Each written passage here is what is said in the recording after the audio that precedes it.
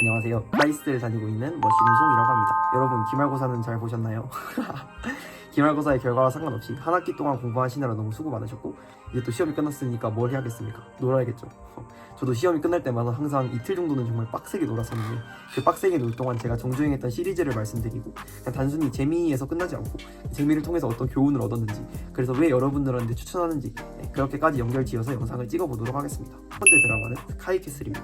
저의 그 정체성을 만들어 줬다 해도 과언이 아닌 그런 엄청난 드라마입니다. 작가님 너무 감사합니다.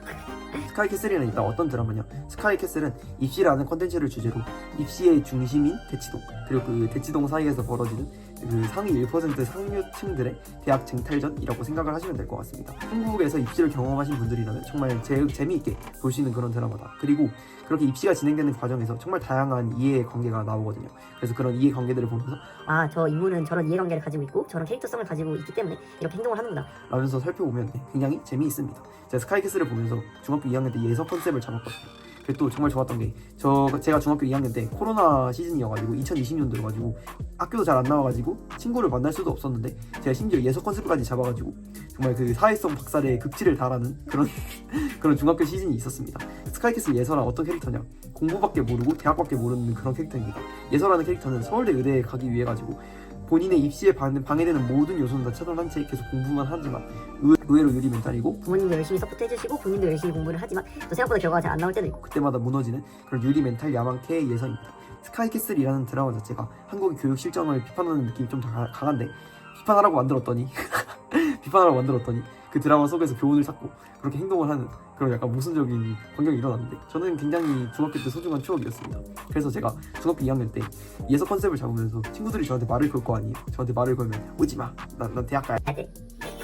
나 카이스트 가야 돼 이러면서 공부를 했었거든요. 저는 그래서 그렇게 공부를 하니까 중학교 3학년 때 이제 친구가 없어지더라고요. 친구가 없어져가지고 이게 중학교 3학년이라는 나이가 사실 어린 나이잖아요. 그래서 친구가 사라지니까 약간 유대감이 사라진 느낌이어서 중학교 3학년 때 다시 예서 컨셉 탈피하고 다시 이제 해피 라이프를 즐기다가 또 고등학교에 이제 입학을 하니까 예서처럼 안 살 수가 없겠더라고요.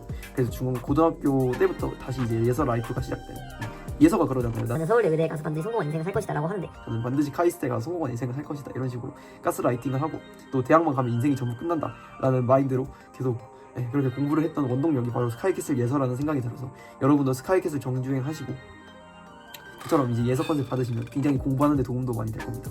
근데 꼭 이렇게 공부 자극 아니더라도 그냥 재밌습니다. 그냥 막장 드라마고 예고편을 보면 정말 다음 화가 기다려지는 그 스포일러를 봐도 다음 화가 기다려지는 그런 정말 레전드 드라마입니다. 제가 대사까지 정말 외운 정말 소중한 드라마입니다. 두 번째는 달의 연인입니다. 달의 연인 보보경심녀라는 드라마인데 이게 원래 중국 시리즈를 원작으로 한 시리즈이거든요. 근데 일단 정말 예쁘신 제가 정말 좋아하는 아이유 배우님 나오고 제가 정말 좋아하는 이중기 배우님이 나오셔가지고 두 분 사이에 로맨스를 그린 드라마인데 타임슬립물이에요. 그래서 아이유라는 배우분이 원래 고아진이라는 캐릭터였는데 갑자기 타임슬립을 해가지고 몇천 년 전인 고려시대로 뿅 하고 이동을 해서 일어나는 그런 드라마입니다. 근데 달의 연인이 정말 재밌는 게 매 화마다 한 명씩 캐릭터가 죽거든요. 여러분이 좋아하는 캐릭터가 한 분 있을 거 아니에요. 그 한 명이 언젠가 죽습니다. 정말 다 죽여요, 달의 연인.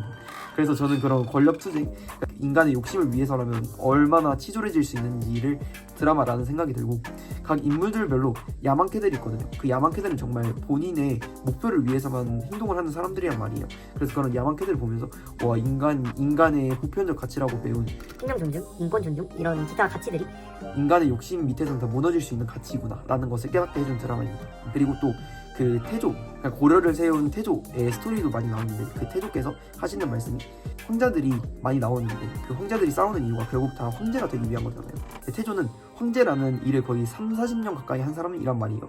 근데 그 사람이 하는 말이 황제라는 그러니까 1인자라는 자리는 모든 걸 다 내려놓을 수 있을 때 다 내려놓는 자리다 라는 말을 하는데 저는 이 구절이 굉장히 인상적이었습니다.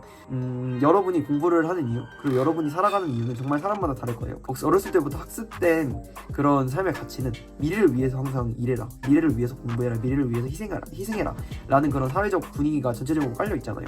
그래서 저는 이런 사회적 분위기 속에서 생각을 했던 게 내가 원하는 관문, 그러니까 그 당시에 제 관문은 대학이었는데 그 대학교 이후에는 내가 정말 행복한 그러니까 말 그대로 황금 로드길만 열리겠구나 라는 생각을 했었는데 그 드라마를 보면서 그 드라마 속 정말 그 고려를 다 먹은 태조가 다 내려놓는 자리다 라는 말을 보면서 그 권력에 중추에 있는 사람, 그러니까 우리가 우러러 보는 사람들도 그 사람들 한편에서는 나름의 삶의 고민거리가 있고 그 사람들 나름의 왕관의 무게, 그러니까 책임감도 있어가지고 마냥 부러워하는 게 좋은 건 아니겠구나, 어떤 요직에 있든 어떤 자리에 있든 본인이 행복함을 느끼는 게 중요하겠구나.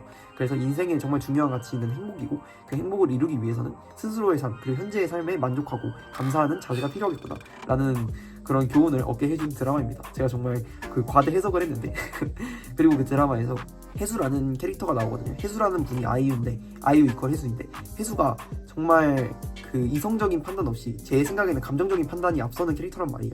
그래서 저렇게 감정적으로 판단만 하면 결국 최악의 시나리오를 만들어가지고 본인의 인생에서 도움이 안 되는 행동이 될 수도 있겠구나. 그래서 이성적인 판단이 정말 중요하구나 라는 것도 깨닫게 해준 드라마입니다. 그리고 세 번째는 펜트하우스입니다.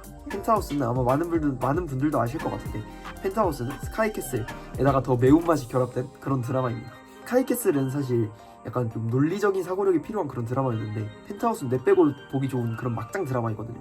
지금 시험이 막 끝난 여러분은 굉장히 도파민이 부족한 상태일 텐데, 그 도파민을 펜트하우스를 보면서 풀면 마인드적으로 안정감을 느낀다 해야 되나? 사실 그 펜트하우스에서 일어나는 내용들이 정말 회기망측하거든요. 막 사람 죽고 그다음에 막 싸우고 막 욕하고 막 이런. 이해관계가 너무 많아가지고 한 줄로 말씀드리기 힘든데 정말 매혹적인 막장 드라마라고 보시면 될 것 같습니다. 그래서 여러분이 내 빼고 즐겁게 보기 좋은 그런 막장 드라마고, 그 다음에 저는 펜트하우스를 보면서 느꼈던 점이 아까 약간 인간의 탐욕에 대해서 많이 생각을 했거든요. 그래서 그 드라마에서는 주단테라는 캐릭터가 정말 돈에 미쳐있는 인간이고, 그 인물들이 하는 행동 모두가 초반에는 어떤 이해관계 때문에 하는 행동이라고 생각이 들었는데 알고 보니까 돈을 벌기 위한 목적이었고, 그렇게 돈을 벌기 위한 목적 이외에는 펜트하우스 시즌 3에 나오는 그 돈을 벌기 위한 목적에는 그 일종의 어렸을 때부터 쌓아온 열등감이 존재를 하던 캐릭터여가지고 그 캐릭터를 보면서 아, 저렇게 돈만 쫓는 인간들도 있을 수 있겠구나 사회에. 물론 막장 드라마에서 만들어진 캐릭터이긴 하지만 근데 나는 어떤 캐릭터로 인생을 사는 게 맞을까? 주단태처럼 돈만 쫓는 삶을 사는 게 맞을까? 뭐 이런 생각도 하고, 중간중간에 약간 죽다가 살아나고 부활하는 신들이 굉장히 많거든요. 그래서 저는 그런 부활하는 신들을 보면서 인생에서 여러분이 힘든 시즌이 많이 있을 거란 말이에요. 뭐 성적에서 성적표가 나뉠 수도 있고, 갑자기 어떤 분이 돌아가실 수도 있고, 혹은 어쩌면 정말 기쁜 일이 있을 수도 있고. 뭐 그렇게 정말 인생은 다양한 사건 사고들이 일어나는 그런 정말 거대한 영화라고 생각을 하는데, 그 영화 속에서도 기적이 있을 수 있겠구나. 저는 펜트하우스에서 기적이 일어나는 것을 보면서 인생에서 정말 망했다라는 생각이 들 때도 기적이 일어날 수 있겠구나 라는 그런 희망적인 메시지도 저에게 주었던 그런 드라마입니다. 아마 여러분은 펜트하우스 보시면 드시는 게 뭐 이렇게까지 생각은 많이 안 드실 거고, 그냥 뭐 저런 드라마가 다 있지라는 생각을 아마 많이 하실 거예요. 펜트하우스는 정말 무슨 매 이상한 말이 안 되는 이야기가 계속 나오거든요. 그래서 그 계속 나온 말도 안 되는 이야기를 보다 보면 시간이 정말 훅 가고, 그 다음에 아마 여러분이 이제 2-3일 동안 이제 슉 해가지고 정주행을 하실 텐데, 그 정주행을 하는 동안에 정말 제가 장담할 건데 알차게 정주행을 하실 수 있습니다. 그래서 오늘은 제가 정말 많이 본, 제가 최소 4번 이상 7번까지 본 저의 최애 드라마들을 소개해드렸고, 그 드라마만 소개할 뿐만 아니라 제가 어떤 교훈을 얻었고 여러분들에게 약간 추천하는 그런 시간을 가졌습니다. 아마 드라마 시리즈 이외에도 제가 읽었던 책, 그 다음에 저의 입시에 도움을 줬던 책, 제가 중학교에서 과거 입학할 때, 과거에서 카이스트 입학할 때 저에게 도움을 주었던 책 시리즈도 만들려고 하니까 구독과 좋아요 많이 눌러주시면 감사하겠습니다. 제가 추천했던 드라마 꼭 보시고 후기 댓글로 남겨주시면 저랑 소통합시다. 감사합니다.